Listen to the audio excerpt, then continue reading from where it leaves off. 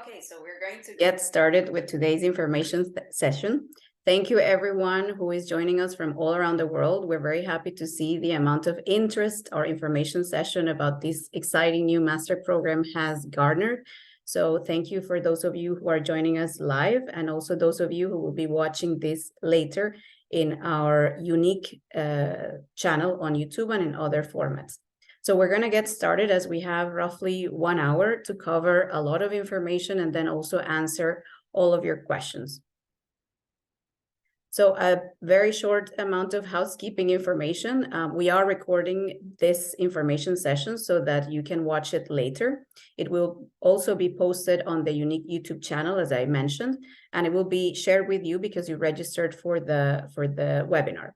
I kindly ask you to please write your questions on the Q&A section that you should be able to see on your screen if you tap on your screen or on your mobile, and you will be able to type your question there, and we will answer all of the questions at the end of the session. We also have a chat part in case you have any specific comments, but please keep your questions to the question and answer session so it's easier for us to check and answer them at the end.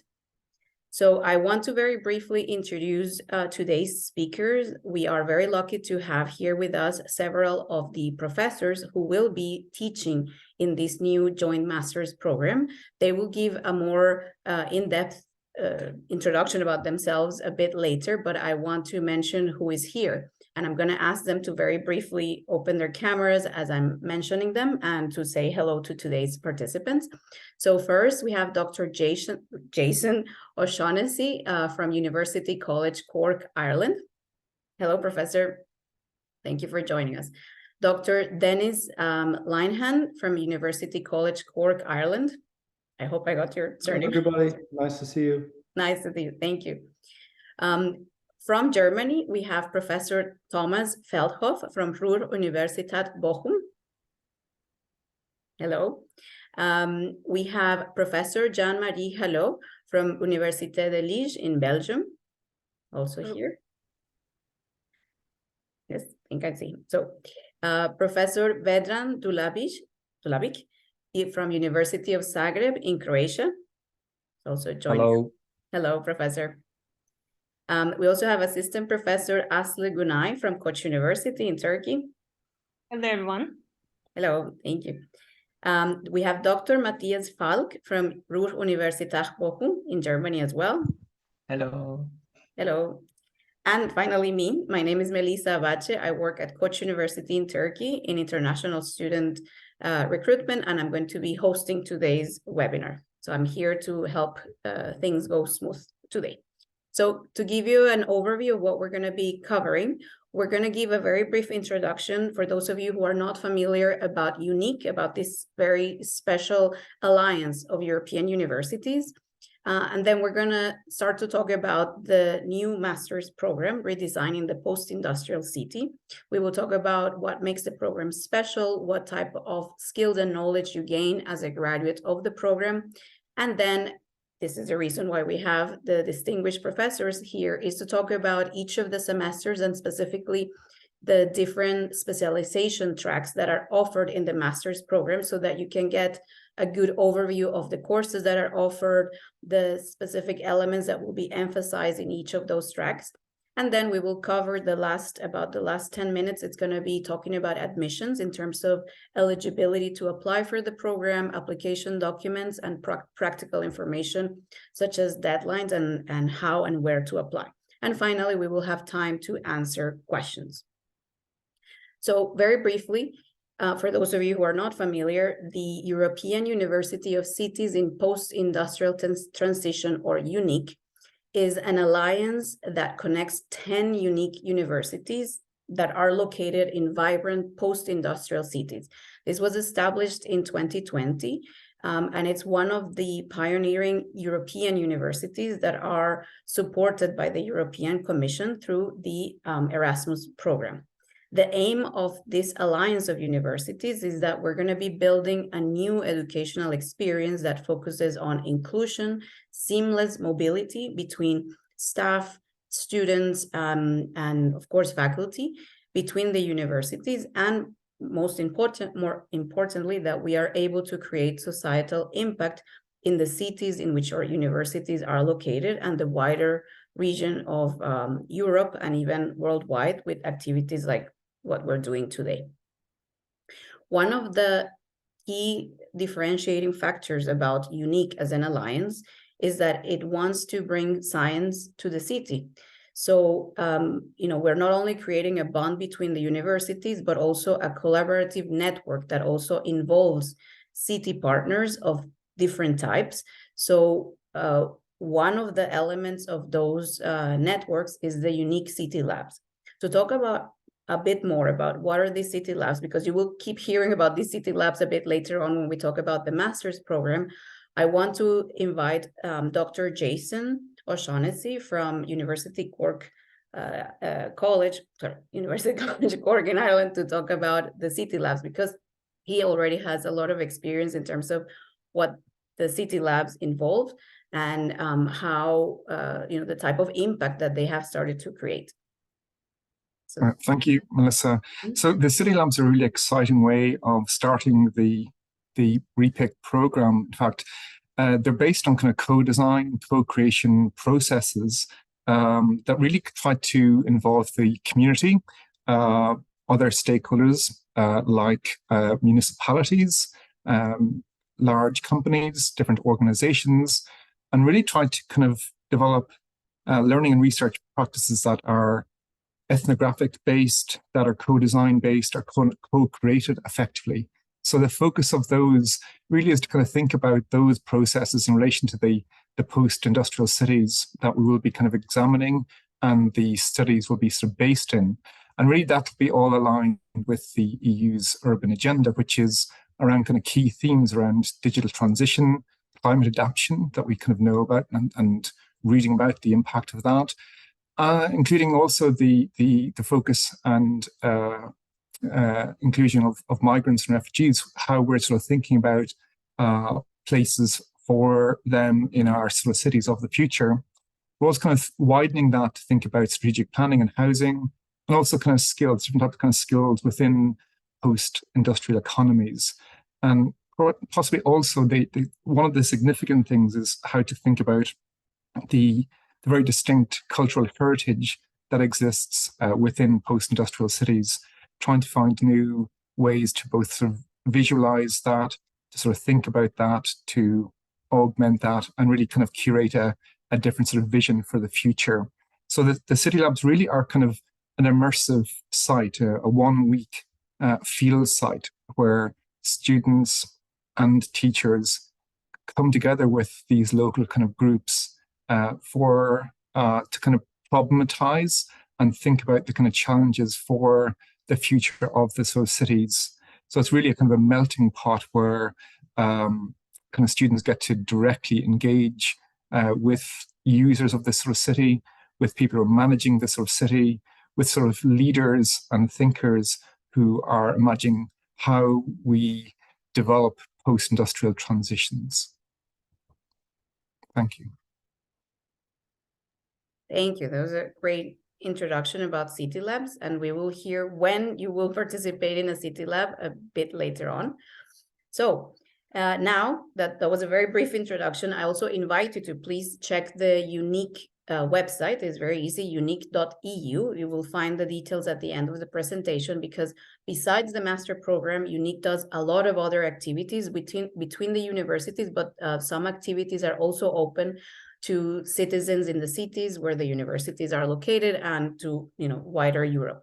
Now let's talk about the redesigning the post-industrial city, what we're here for, right? So when we talk about this, the idea is that we're going to be offering an educational experience that has recognized and wants to give a critical response to very specific issues that cities that have industrial past and are now in the transition to a different form and different stages. And we need professionals, or our next generation of specialists, that will have 21st century skills and knowledge that are needed to address those issues or those challenges, and also to recognize and communicate the opportunities that those cities provide to the countries and the regions that they're located in. You will see that we also talk about super diverse societies in these cities, and that's an important component, and we will have our professors talk about this in more detail later on. In terms of practical information, you can also find this, of course, on the website. The title of the master's program is Masters of Science in Redesigning the Post-Industrial City. We will be hosting the first cohort of the master's program this upcoming fall, meaning, from September. It may be a bit later. The duration of the program is 2 years or 24 months on a full-time format. It awards a Master's of Science with 120 ECTS credits. The official language of the program is English. The applications have now opened for applicants from both EU and non-EU countries, and the deadline, the last day to submit the online application for admission, is the 31st of May this year. In terms of the teaching mode, it is face-to-face in person. However, some courses will be offered online to the whole cohort, and we will explain how that looks like in each semester. The location, it's between 2 and 4 of the partner universities' cities. There are some fixed elements, such as all students will start the first semester at Ruhr-Universität in Bochum in Germany. But then, depending on the choice of the student, then you may move to another city of the 8 participating universities, or stay in the university that they all started in. So there is some choice that you have to make in terms of your mobility journey throughout the master's program. The tuition of the program is 9,000 euros for EU and Turkish citizens and 18,000 euros for non-EU citizens. This is paid at the start of each semester, so you have roughly four installments to pay. The website of the program, you can see it on the screen, you will see it throughout the presentation, is unic.eu/RePIC, and you can find all of the information in terms of the program and how to apply in there as well. Now, what's really exciting about this is that it's a joint master's. That means that you're getting the expertise, experience, and networks and support services offered by 8 world-class universities located in Europe, which are Ruhr-Universität Bochum in Germany, Université de Liège in Belgium, University of Oulu in Finland, Universidad de Deusto in Spain, University College Cork in Ireland, University of Zagreb, Croatia, Koç University in Turkey, and Erasmus Universiteit Rotterdam in the Netherlands. Just 2 quick notes. One, Erasmus University Rotterdam will be able to start hosting students from 2024, not in the first cohort. And because it's a new program, the accreditation of the joint masters is expected to be obtained by each of the participating universities in 2023. It's an ongoing process. It's a bit of bureaucracy, but we're on the way. Now, I want to invite again Professor Jason O'Shaughnessy to talk a little bit about what are the expectations, or what is the program aiming to achieve in terms of the graduates, what type of knowledge they will gain in the program and skills. Great, thank you, Melissa. I mean, I suppose, behind the knowledge that we kind of expect is kind of 2 key terms, I guess, is that we're thinking about multidisciplinarity and multimodal ways of also thinking.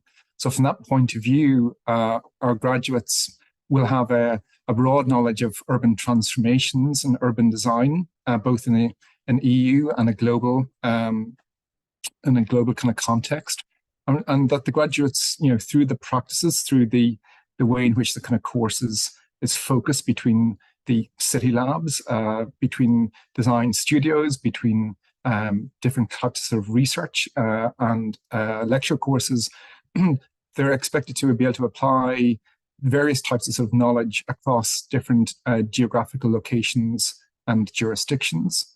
They're also expected to have and understand the kind of interdependency between human and environmental urban systems, the human, non-human also, as well as the sociological and cultural approaches towards urban dynamics and the idea of different types of actors impacting that. while also understanding major local and global historical developments that actually have impacted the urban settings that they'll be studying.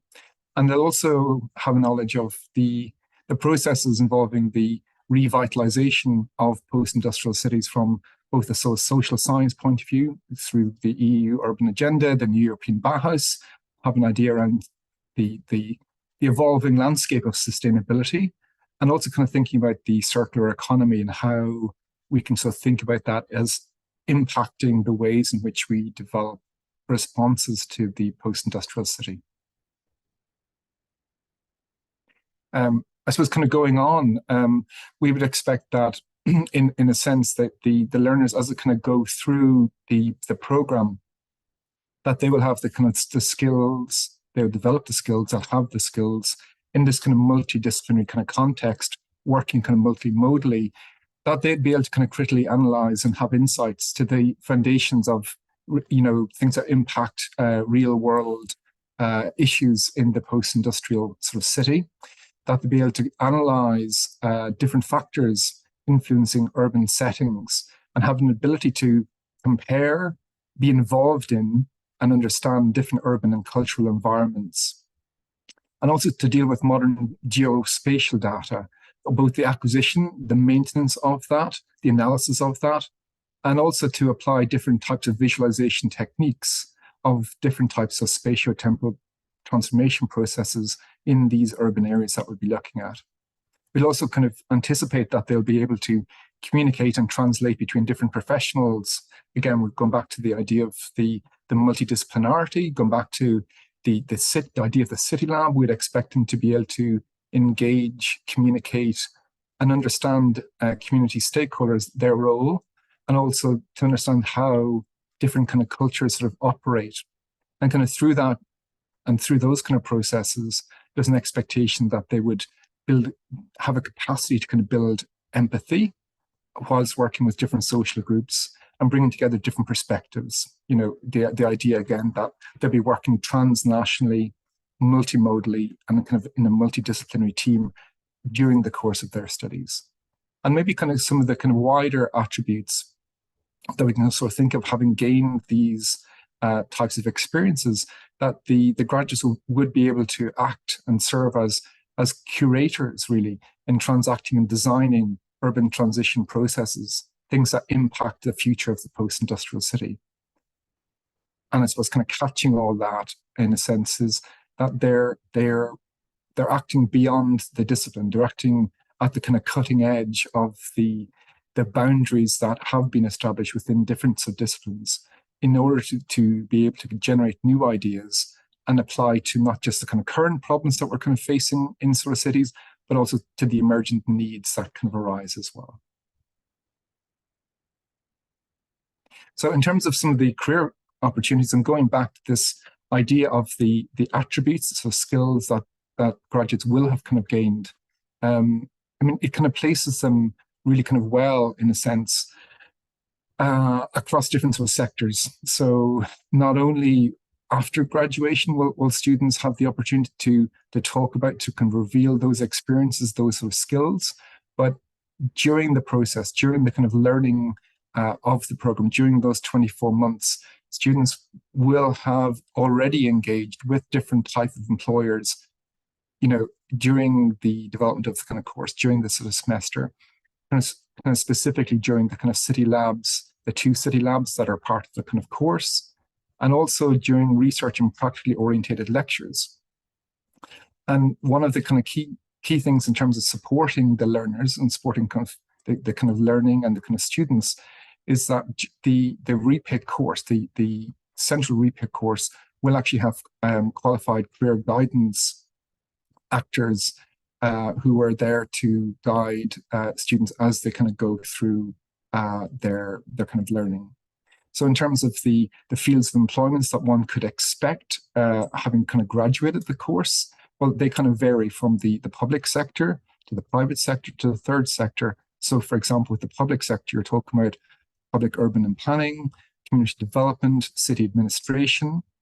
With the private sector, we're kind of thinking about companies focus on metropolitan transitions, energy, data management, mobility, health, housing, sustainability, education, but also larger scale, again, multidisciplinary design agencies, and also businesses that are involved in both kind of property, urban redevelopment, and so on, and even architecture.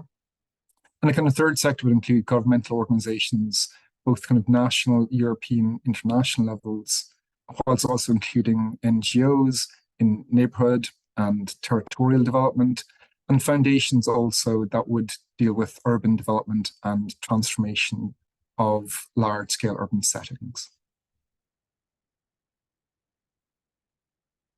So thank you so much, Dr. Shaughnessy, for that overview. Yeah, I mean, that's one of the great things about this program, that because of its multidisciplinary nature, then it offers a lot of very different career paths and options for its graduates.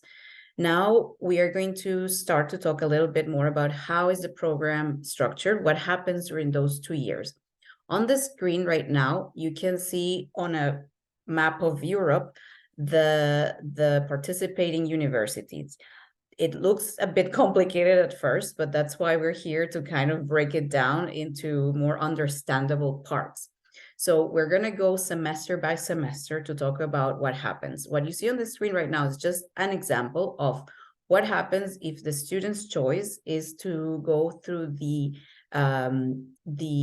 track number 2, which is about diversity and social justice. So it means, you know, they will start in the first semester, which is the fundamentals, at Ruhr-Universität in Bochum in Germany. There is the City Lab at University College Cork, but then from the second semester, then they would come to Koç University in Istanbul to take specific courses.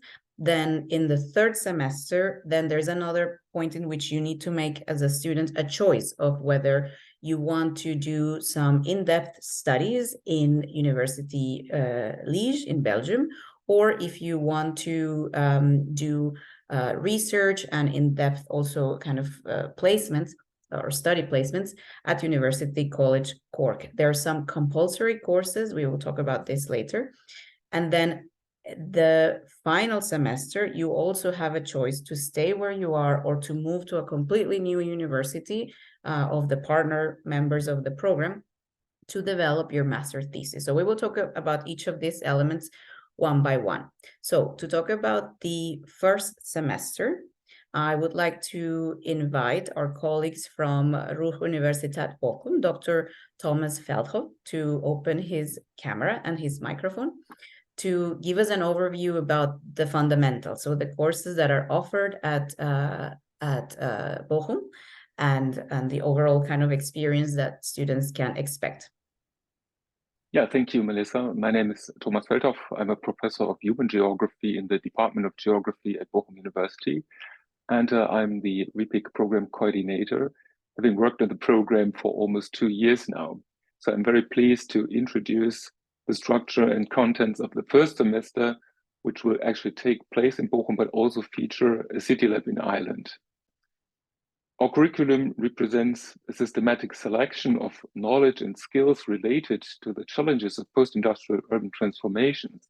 And we are very much aware of the need to build professional capacities for the analysis and evaluation of these transformations, and also of the need to develop an understanding of planning, design, and management approaches to building sustainability and resilience. The curriculum also reflects the purpose to be coherent and consistent across different education systems. You've seen that the emerging RePIC network is potentially worldwide, with faculty and students from different countries with very different educational and sociocultural backgrounds. To ensure inclusive, equitable education relevant to our common understanding of the post-industrial city, 4 foundation modules will be delivered in the first semester.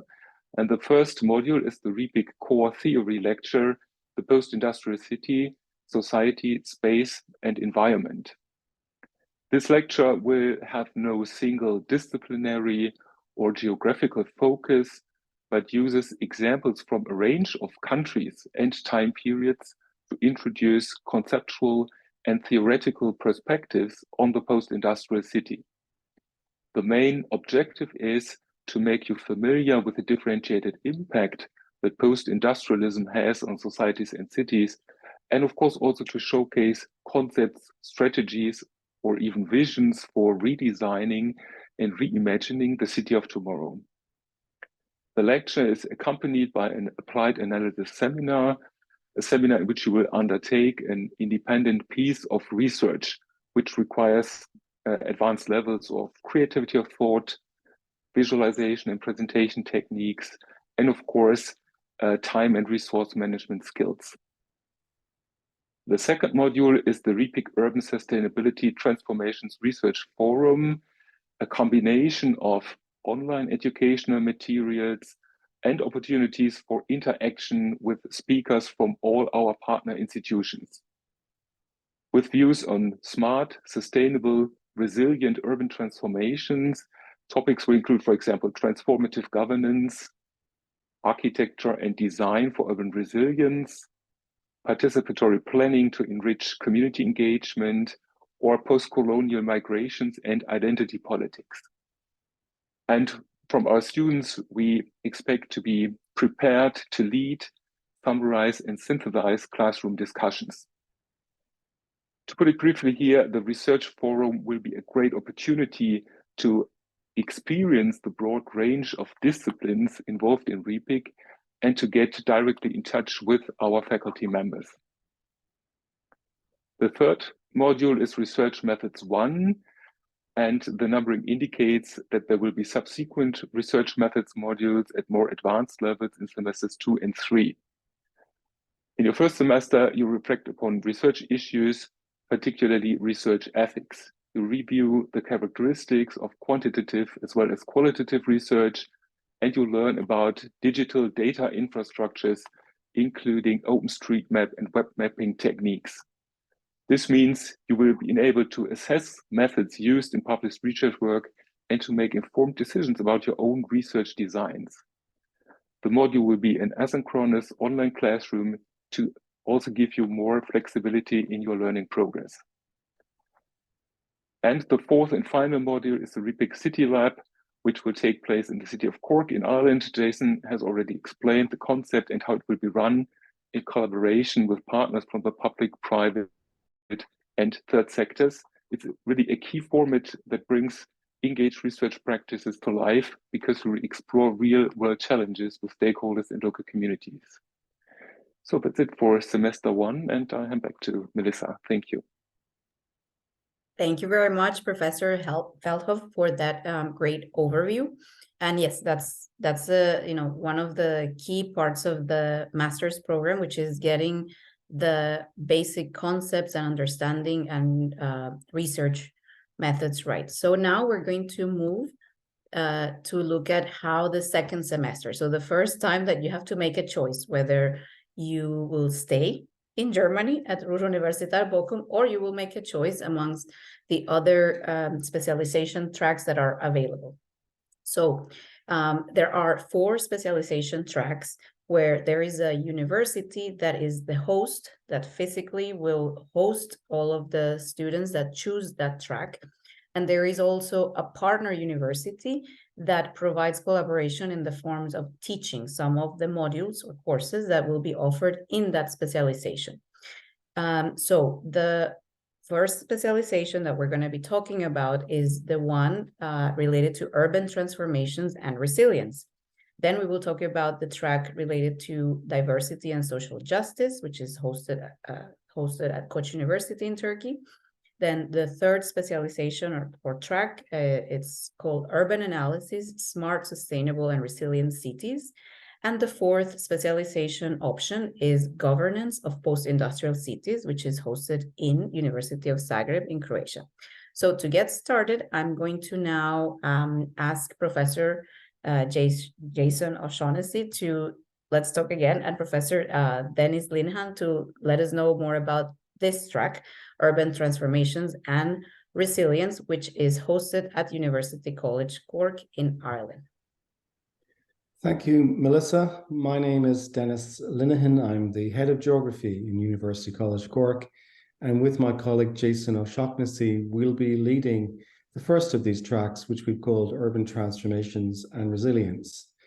At the heart of this track will be time spent in the School of Architecture, working in a studio concept or in a studio context, which will be a little different from the seminar and lecture-based training that will have happened in the first semester, and will involve, in many ways, a deeper and more considered examination of the ways in which the post-industrial city has responded to the kinds of challenges and transformations which have occurred around the world and in Europe. We will, in the studio, offer students opportunities to dig deeper into specific case studies, for example, issues around dockland regeneration, or issues around urban inner city regeneration, or issues around the regeneration of brownfield sites, for example. And we'll offer students time to think about ways in which communities, cities, policymakers have reimagined and reinvented the ways in which these cities are going to carry on into the future. Our teaching in the studio is going to be very personal. It's going to allow students to explore new methodologies which lend themselves very well to the ways in which employers, policymakers, local governments try to make sense of the types of ways in which cities have transformed in recent times. A key part of this activity will be a module which we've called Digital Storytelling and Immersive Fictions, in which we are very keen to train students in the latest approaches to digital technology and digital learning. Students will be enabled to operate and define and create short film, podcasts, etc., which will allow them to better represent and better analyze the ways in which communities and cities have transformed in recent times. In addition, we have a third module, which we've called Conceptualizing Society, Space and the City, which is a module which is dedicated to understanding many new aspects in urban theory. So trying to understand the ways in which we conceptualize the relationships between society and nature, trying to understand the ways in which we conceptualize the connections between economy, politics, and the city. And this theoretical module we regard as being a signature intervention in the whole RePIC Master's course, because it allows students to think in novel and very imaginative ways about the ways that the city will be transformed. So that's it, Melissa, a very short overview of this track. Thank you very much. Thank you very much, Professor Linehan, for the overview of the track. Here we have a very nice picture of University College Cork. I invite you to please check the university's website. You can find the links on the master's program website. So you can also get a sense of the university, all of the services that are provided to the students who will choose this track, in terms of, for international students who will be joining, what are the specific support services? As we mentioned before, career development centers, there's the city, everything you want to know about, you will find on their website as well. So now we're going to move to the second semester, another track option for students related to diversity and social justice, which is at Koç University in Turkey. So for that, I'm going to invite Assistant Professor Aslı Günay to open her camera and her microphone to give us an overview of this track and the related modules or courses that are offered in the track. Thank you, Melissa. Hi again. So I'm Aslı Günay. I am Assistant Professor in Koç University Media and Visual Arts Department.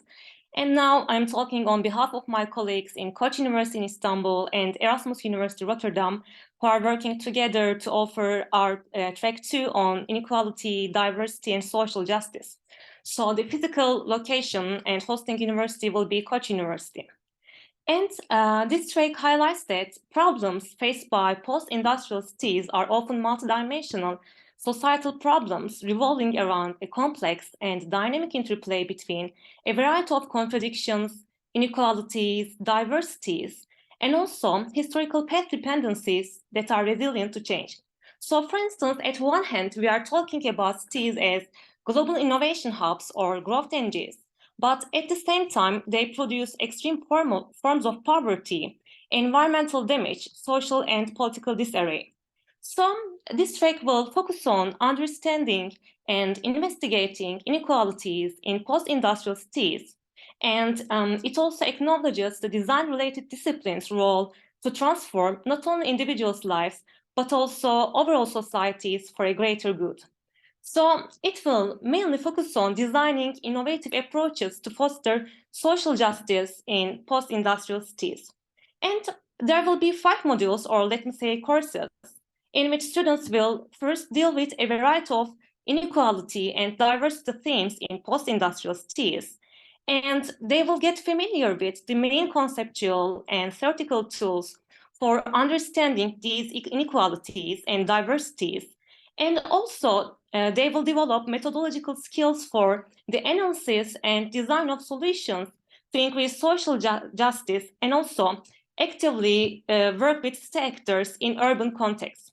So after giving this brief introduction on our track, I would also like to briefly give information about each of these 5 modules or courses. So the first one, Research Methods course, will build on the Research Methods course in the first semester. And students will learn and use a mixed method toolkit to examine, to understand and act on the issues of inequality and justice in cities. So these will include qualitative, quantitative, mixed methods, and also design research methods, and also specific software like geographical information systems, and also other software for data analysis and coding. And especially designer, the way of doing and knowing has a crucial role hereby. And the students will be dealing with diverse design research methods like human-centered design, research through design, participatory design, and also critical and speculative design. So they will be also critically speculating about future experiences in post-industrial cities. And the second course is Distinct Visual Culture. And this course will examine how artists, filmmakers, or such stakeholders conceive and visualize the identity of cities and their cultural diversity. So by visual materials such as films, graffiti art, photography, installation, architecture, and design, they will deal with how visual culture and post-industrial cities evolved over time and in different contexts. And these will be discussed in relation to migration, gentrification, resistance, and right to the city. And the third one, the production of social injustice in the post-industrial city, will discuss seminal theories of social justice. So let me say Marxism or feminism through the lens of different disciplines like history, political economy, public health, and sociology, and then embed these theories in the urban sphere. So this course will not view the cities only as sites of social theory, but also as prominent sites for social change. So the students will be provided with critical tools based on real-world examples to address these urban problems. So an example can be housing and decision-making to deepen our understanding in this context.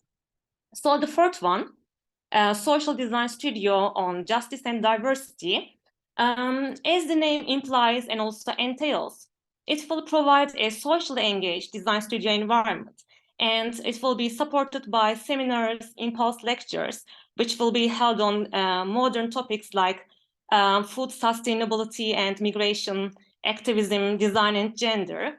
And also students will be working with NGOs and activists. And there will be methods like workshops, hack sessions, lettering interviews, and social juries. And finally, Design for Health and Well-being. This course will highlight that although public health strategies have contributed greatly to improvements in public health, there are still main challenges such as health inequalities or obesogenic environments or climate change and its effects on individuals' well-being. And many of these problems are wicked problems like design disciplines deal with. So they are complex, they are dynamic and context specific. So both with theoretical and practical components, the course will challenge students to engage with public health problems. So they will be designing or redesigning health neighborhoods and health cities of the future. Thank you. Thank you very much, Professor Gunay, for that great overview. There's a lot of, very new, I think, new topics that are covered in this track. So thank you very much for the overview. So now we're going to be talking about another track option in the second semester, which is the Urban Analysis, Smart, Sustainable, and Resilient Cities track offered at Ruhr-Universität Bochum in Germany. So I will invite again Professor Thomas Feldhoff to give us an overview of the modules that are going to be offered in collaboration also with the partner university, University of Oulu. Yeah, thank you. You already mentioned that we're going to host this track at University Bochum, and there will be contributions from our colleagues at the University of Oulu included. The track focuses on the analysis of human-environmental interactions, which includes the way people depend on the environment and the way people adapt and modify the environment, and also what the effects and consequences of these interactions are. Given the complexity of interactions and effects, a set of diverse and complementary methodological perspectives and methodical approaches to analyzing smart, sustainable, resilient post-industrial cities is required. And therefore, the track builds on perspectives from physical geography and geoinformatics, urban and landscape ecology, and planning sciences. To give a concrete example of current research, the analysis of spatial patterns and functional connectivities of the landscape is highly relevant for improving green and blue infrastructures, which are fundamental aspects of livable future cities. There are 5 modules in this track. Integrative urban development deals with the features and procedures of integrative development as a holistic approach and its linkages to urban design in the context of smart cities. The focus is on how urban planning and design address the interplay between nature, society, and technology, and how the built environment, business, and innovation are interrelated. Environmental urban planning introduces a planning science perspective on landscapes, environmental goods, and ecosystem services. After completion of this module, you'll be familiar with instruments of landscape planning, nature conservation, and methods of multidimensional ecological impact assessments. Urban remote sensing and smart data provides an overview of the principles of remote sensing and data sources, including open and crowdsourced data. Data visualization techniques and tools are introduced here, and their use will be widely practiced. Development of such skills is necessary for every job, as visualization provides a very quick and effective way to condense and communicate complex information. Urban climatology is interested in the climate system and its links to human activities. In particular, you learn about the urban energy balance, modeling approaches, and remote sensing of urban climates, about crowdsourcing of urban environments, and climate adaptation.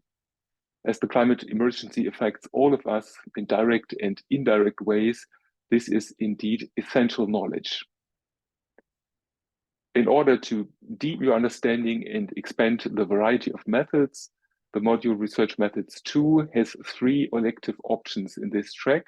These are offered online by the University of Oulu, involving 3 different disciplines. Design thinking in urban context is delivered by the School of Architecture. GIS basics and cartography is delivered by the Geography Research Unit. Data and decision making is delivered by the Oulu Business School. So there's again some more room for individual specializations.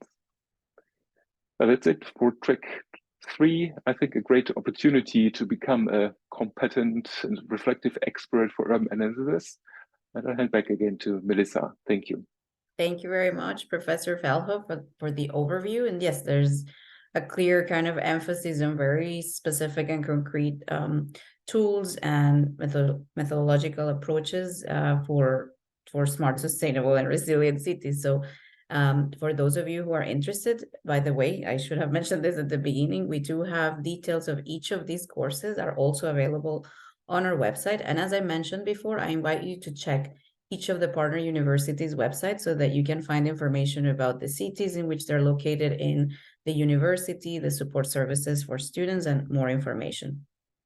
So now we're going to move to the final specialization track option that is offered in the second semester, which is the one related to governance of post-industrial cities, a very important element. And for that, we have here Professor Vedran Dulabic from University of Zagreb in Croatia, who is going to give us an overview of the modules offered in this track. Yes, thank you very much, Melissa, and greetings to all. Especially, I would like to greet all the potential attendees and students of our postgraduate study.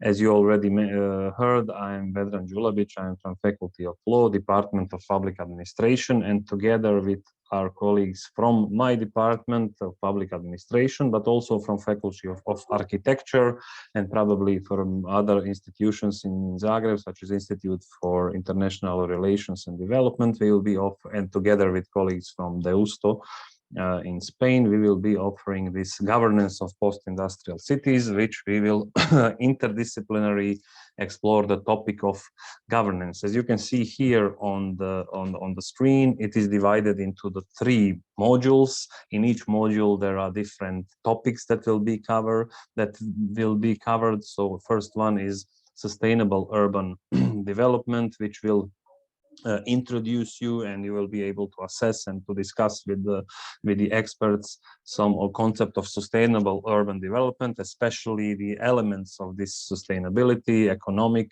environmental, social, cultural development.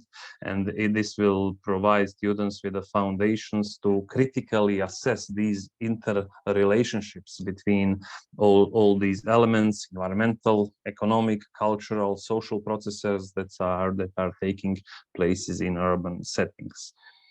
Second, as you see here, second module will cover several topics which are more or less related with the public administration topics. First one is concept of multi-level governance, and especially cohesion policy and urban development, or cohesion policy of the European Union. So the cities are beneficiaries of this cohesion policy. So the aim of this course is to introduce students to the concept, first of all, of multi-level governance, as well as the organization of EU cohesion policy with special emphasis on urban dimension. So the students will be introduced to basic concepts which are necessary, I would say, to understand the multi-level governance, network governance, so doctrinal, theoretical concepts which are important to understand governance of post-industrial cities, regional cohesion policy, regional urban development, absorption capacity, network governance, etc.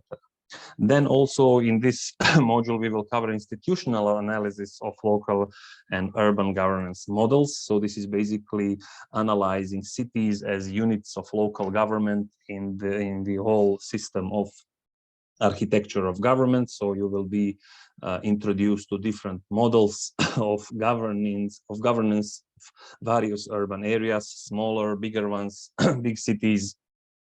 So different models that exist in basically all over the Europe. So we will not cover the whole world, but we will cover some of the basic models which we can find in Europe, and connection with central government and these relationships. And the third one is local public services, urban development, and migrations. So you will be exposed to some European standards and principles of urban governance, which is called urban acquis, main trends in local public service development, concept of public services, governance of these metropolitan areas, migrations, which are affecting, as we all know, very much affecting more or less every urban urban area.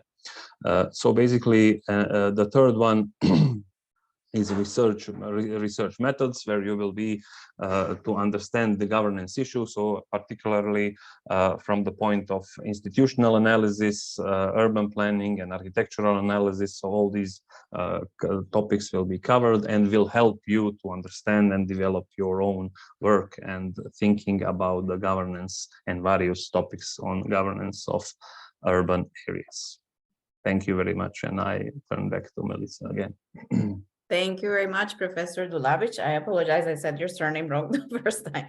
But yes, so, you know, again, for students who want to explore more about the governance and public administration side of a city or their cities in post-industrial transition, this would be the right track to choose. Right, so now we are doing well in terms of time. We're running a bit late, but I'm sure you all can spare a few more minutes so that we can cover all of the content for today. So now we're going to talk about what happens in the third semester. You have now completed your fundamentals. You have then chosen a specialization track at one of the 4 options available. Then in the third semester, you have the choice to physically be at University College Cork in Ireland or at the University of Liège in Belgium. So to talk about the options that are offered in those, you know, in those 2 formats, let's say, I will invite first Professor Jason O'Shaughnessy or Dr. Linehan to talk about the option at Cork in Ireland, which half of the cohort will be there. And then also Professor Jean-Marie Hello from University of Liège to talk about the option of in-depth studies that will be available at that university, which the other half of the cohort will cover. Then there's 2 elements or 2 modules that the whole cohort will need to take part in. One of it it's online, offered by the University of Deusto, and the other one, it's another city lab. So this is the second point in the program that you will be participating in the city lab.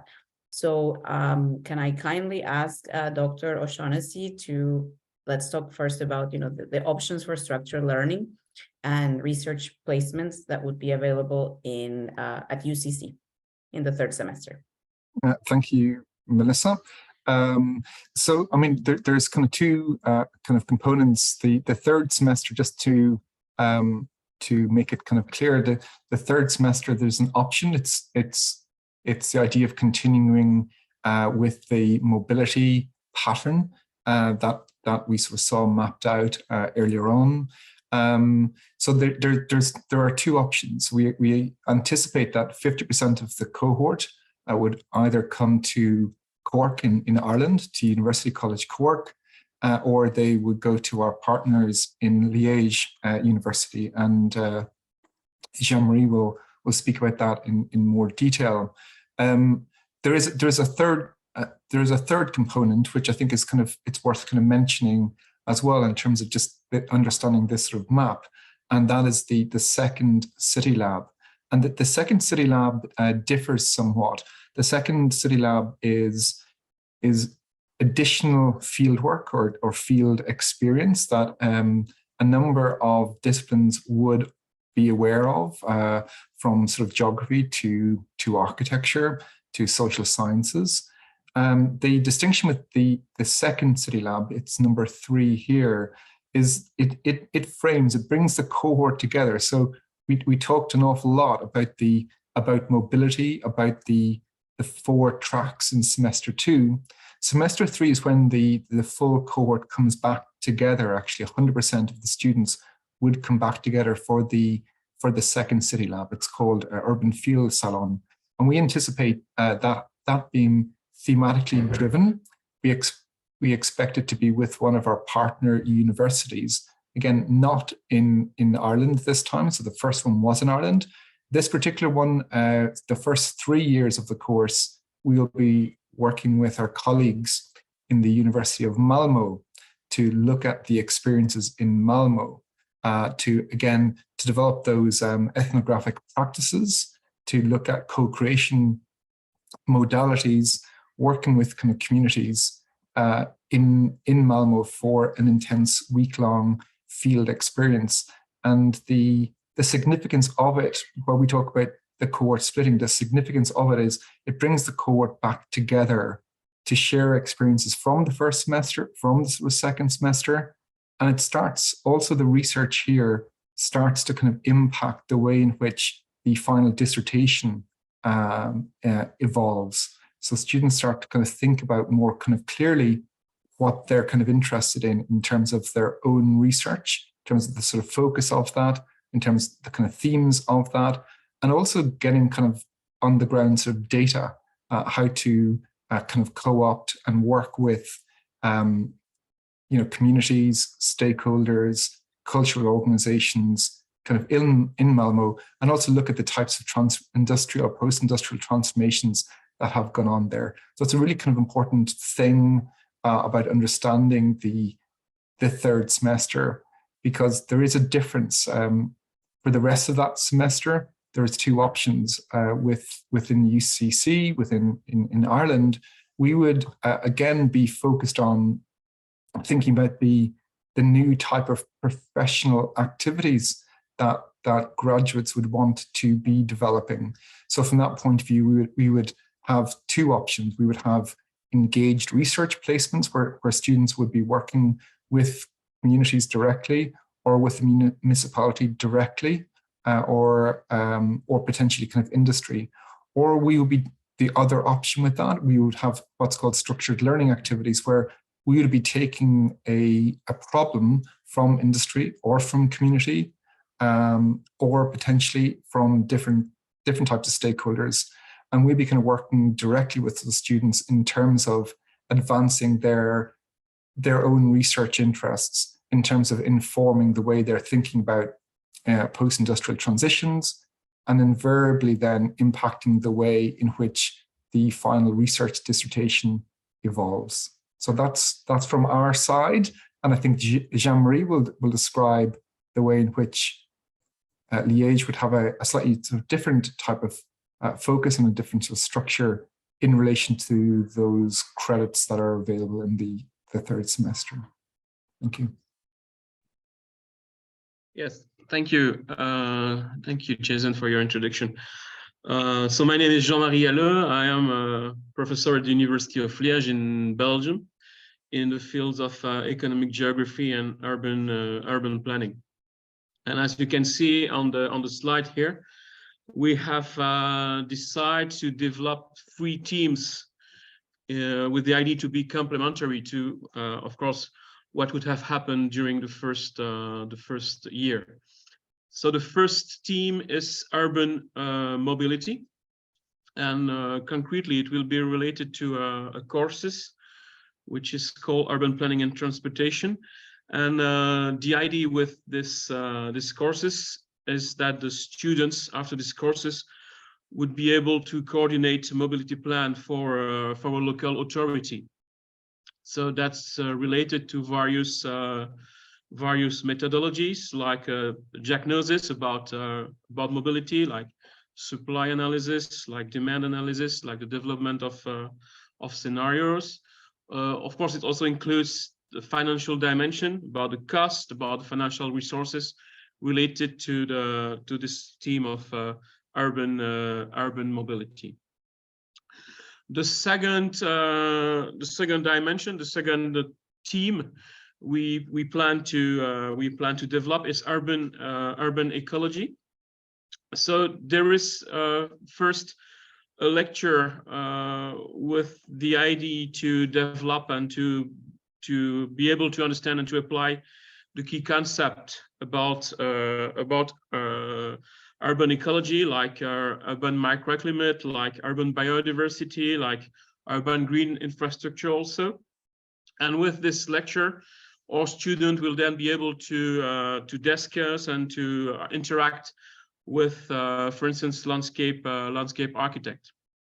And then maybe something more original is that we plan to offer specific courses on land rehabilitation, so that the students will be able to interact also with experts in relation to brownfield regeneration.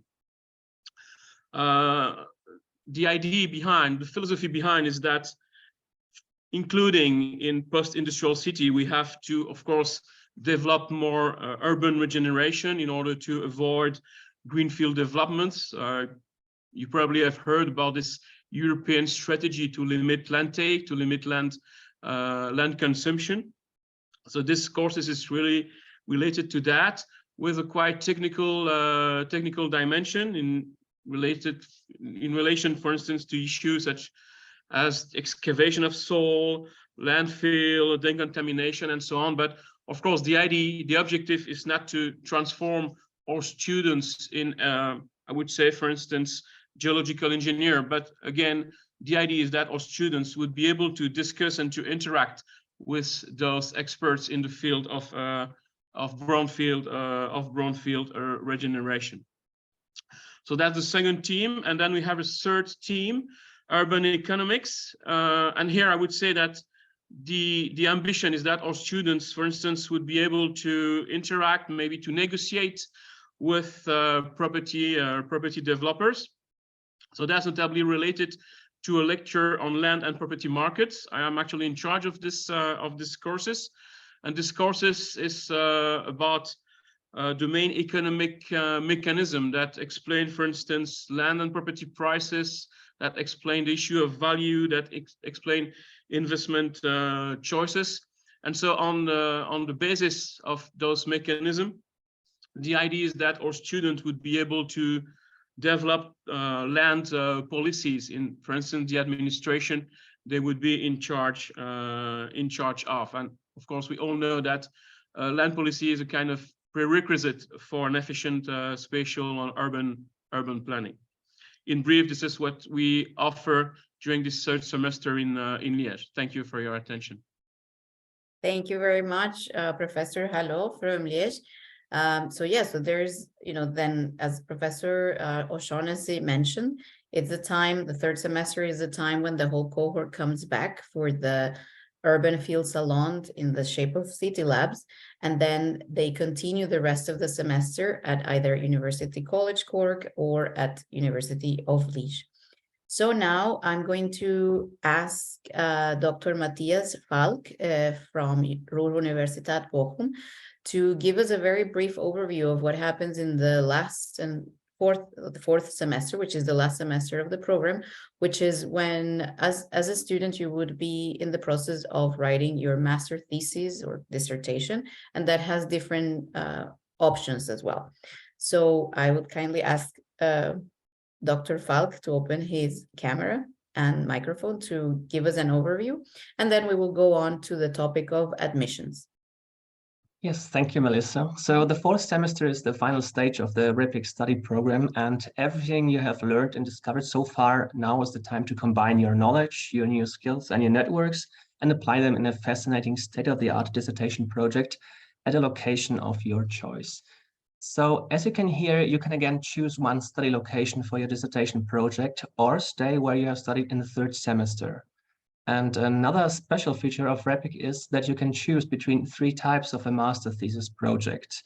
In this way, we cater for a future and job market-oriented type of final exam. And the first option is a classical dissertation, which you might be used to from the bachelor study program. And the second option aims at a more science-based job market orientation, be it in a famous research institution or as an entry into a PhD program. And together with your supervisors, you will address a specific research question, conduct research, and submit a paper for publication in a prestigious scientific journal. The third option pursues a more engaged research approach, addressing practical projects, often in close collaboration with practitioners in urban architecture, design, and/or consulting. And this would be a good option for fast job market access to the public and/or private sector. So I guess yeah, exactly. So concerning the students, so whom are we actually targeting with our study program? We have already stressed the integrated holistic approach that RePIC actually pursues regarding sustainable and resilient transition of post-industrial cities. That means on one side that our universities bundle the complementary strengths of different research perspectives and disciplines. On the other side, our curriculum explicitly aims to bring diverse backgrounds from the field of urban studies together in order to mutually broaden each other's horizon and co-create more feasible and sustainable urban futures. So eligible fields you can indicate in the admission process include, but are not limited to, the list you can see here, like architecture, urban design, urban planning, urban development, geography, civil engineering, geoinformatics, environmental engineering, sociology, public administration, business studies, culture, media, visual arts studies, but also, of course, other different related fields of study. So, I mean, for instance, if you can think of more environmental science-oriented fields such as urban or landscape ecology, you can, for instance, write it in the motivation letter. There's plenty of room to express your interest for the study program, which brings us to the next slide. Yeah, so here you can see a list of application documents, and I really urge you, please exactly give us a PDF in this sequence. And that includes a copy of your passport and a certified copy of the diploma if it's not in English. So please provide an English translation, because it's sometimes hard to read non-English things, and yeah, orient yourself in that. And of course, certified copies of academic transcripts, CV in English language, please. And of course, also a proof of English language abilities where applicable. And last but not least, we also need a structured motivation letter describing your specific interests. And concerning the motivation letter, you can find a corresponding structure on the website as well as in the admission portal. It addresses in total 5 questions. They are related, for instance, to why do you want or what do you want to join the RePIC study program, and which track do you prefer? What might be your disciplinary background, expertise? What are major challenges of post-industrial cities you like to focus on in RePIC? So we also really like to gain your interest and listen to what you have to say. And also, what do you expect from the RePIC study program? And last but not least, which is also important, what kind of professional or career path are you aiming for? So we can, of course, then tailor suitable engaged research practices for you. And there's a word count to it. Yeah. So much for the application documents. Thank you, Melissa. Back to you. Thank you very much, Dr. Falk. So yes, so as you know, as we mentioned at the beginning, the applications are now open for the first cohort who is going to join the program this upcoming fall semester.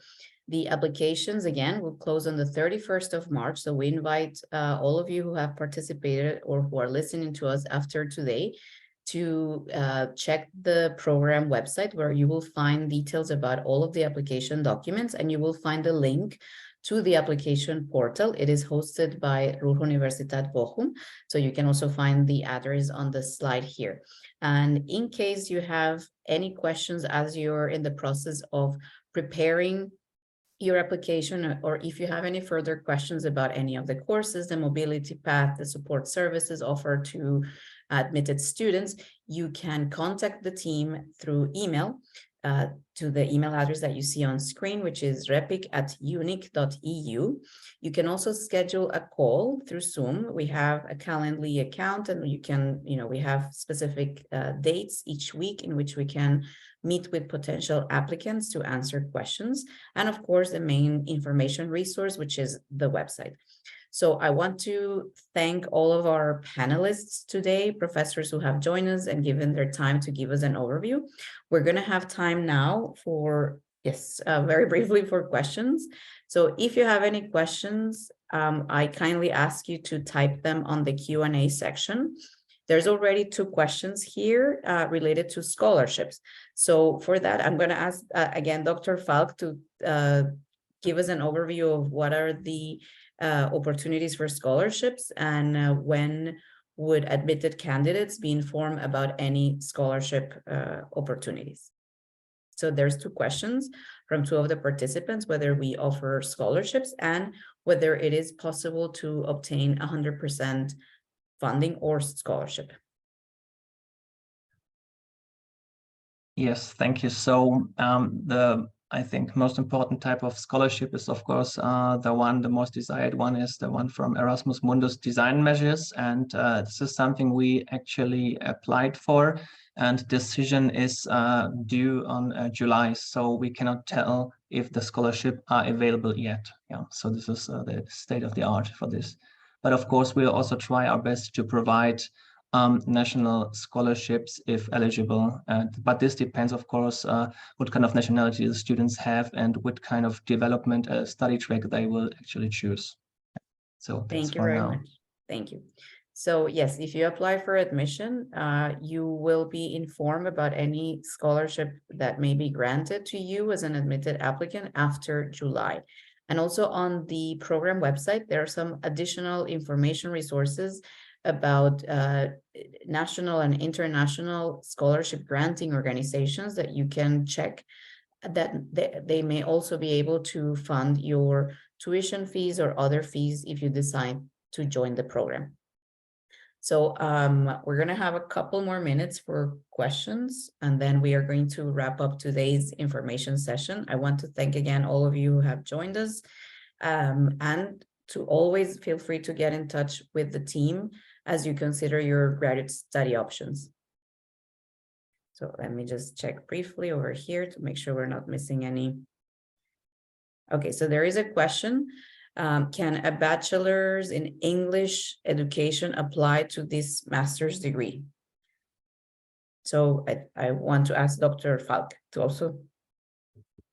Yes, so I will also answer the other question if a bachelor in economics is also eligible. Basically, this is what the motivation letter is actually for. So we are more or less an urban studies related program in the field. So it is, of course, helpful if you have certain knowledge in this. And this is also why we ask you to structure the motivation letter. If you can really convince us, so why not?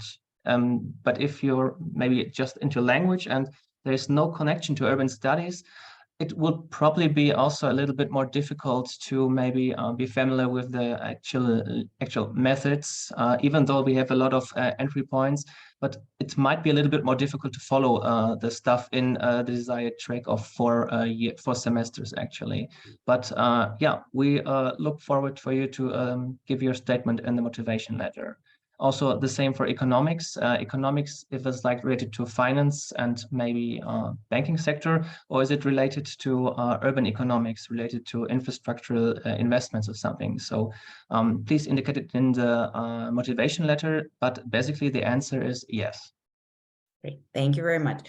There is another question that I can answer. It asked which partner institute is located in Germany. So it is Ruhr-Universität Bochum, located in the city of, Bochum, in the city of Bochum in Germany. You can find all of the details about the university on the program website. There is another question. What if we are not graduated and didn't get the diploma yet? I guess the question is, can we apply? Also for Dr. Falk.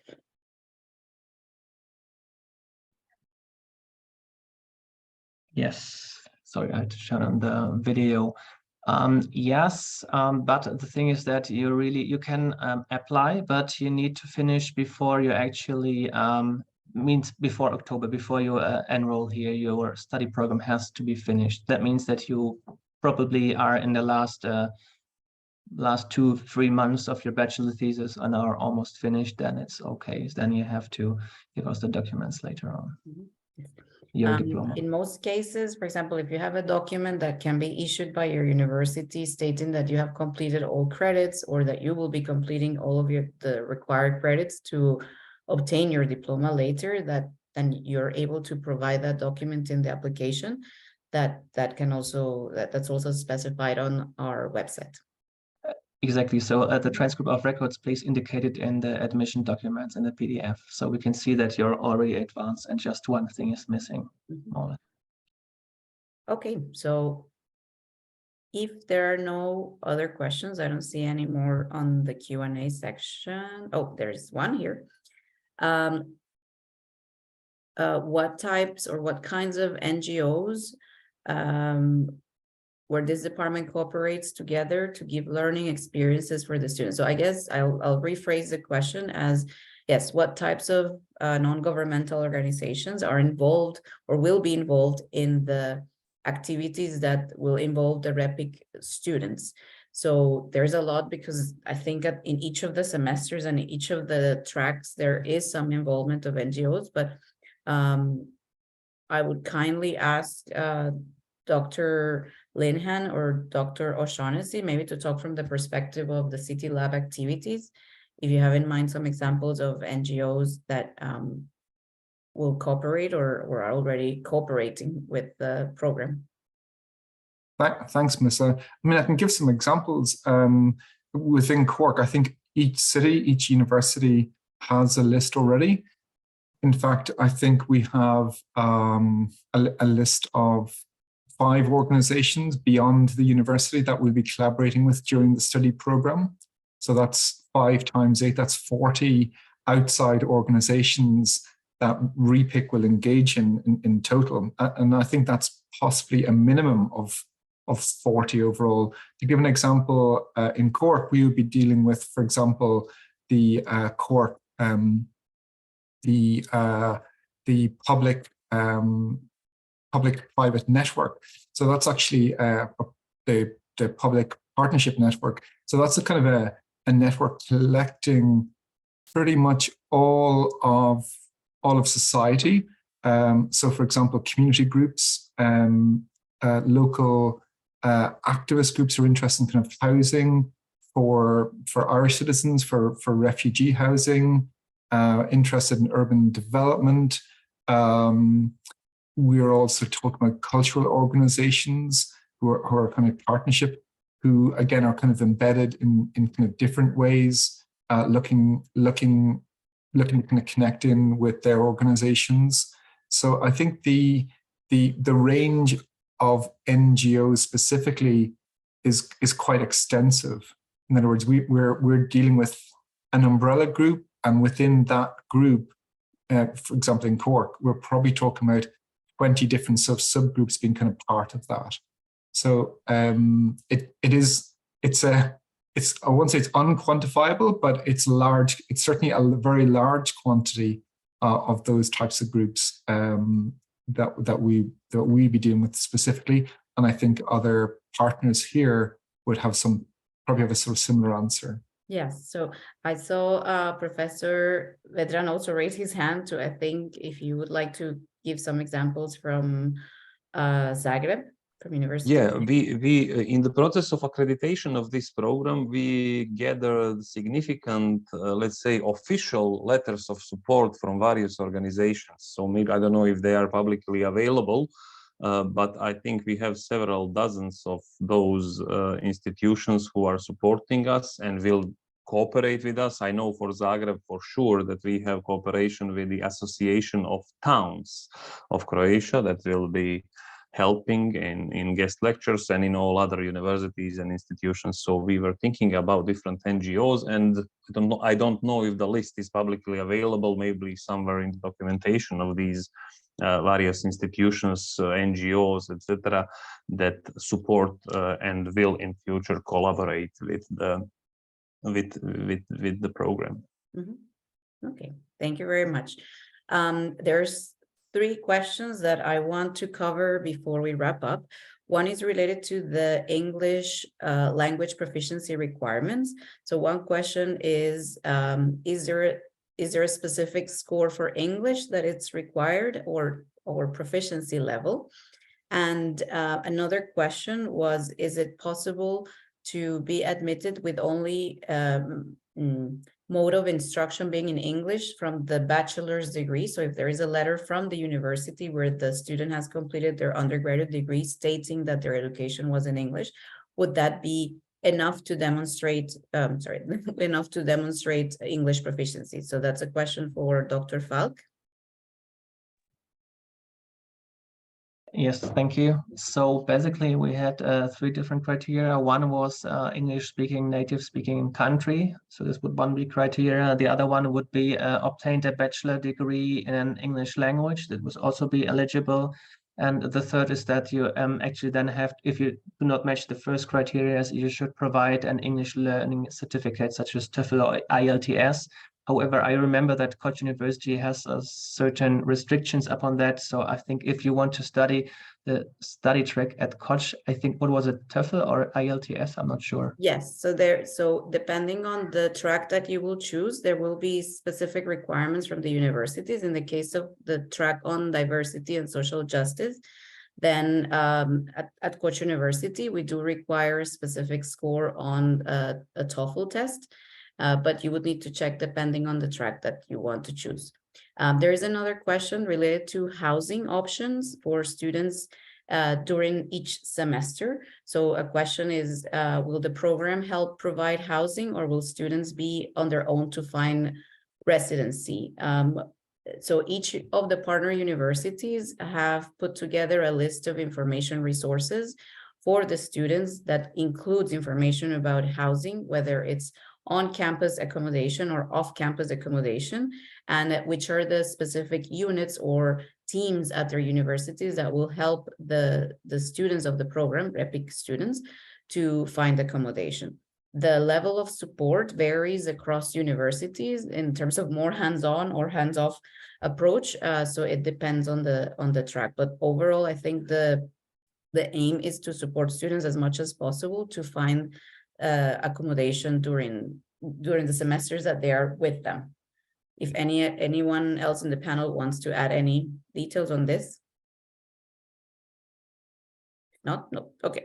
So because of time, I think we really need to wrap up. There is a last question, but I couldn't quite understand it. So I'm going to ask the person who asked that question about humanitarian works to maybe structure it via email and send it to us via email, and we'll be happy to then provide an answer from the program members. Okay, so we're gonna finish for today. I want to thank everyone again for joining us, and I hope that you have a great weekend ahead and that you have enjoyed today's information session. So thank you very much. Thank you to all of our panelists for their time, and so goodbye. We're gonna say goodbye now. Okay, thank you. Bye. Bye. Thank you. Goodbye. Thank you. Thank you. Bye bye.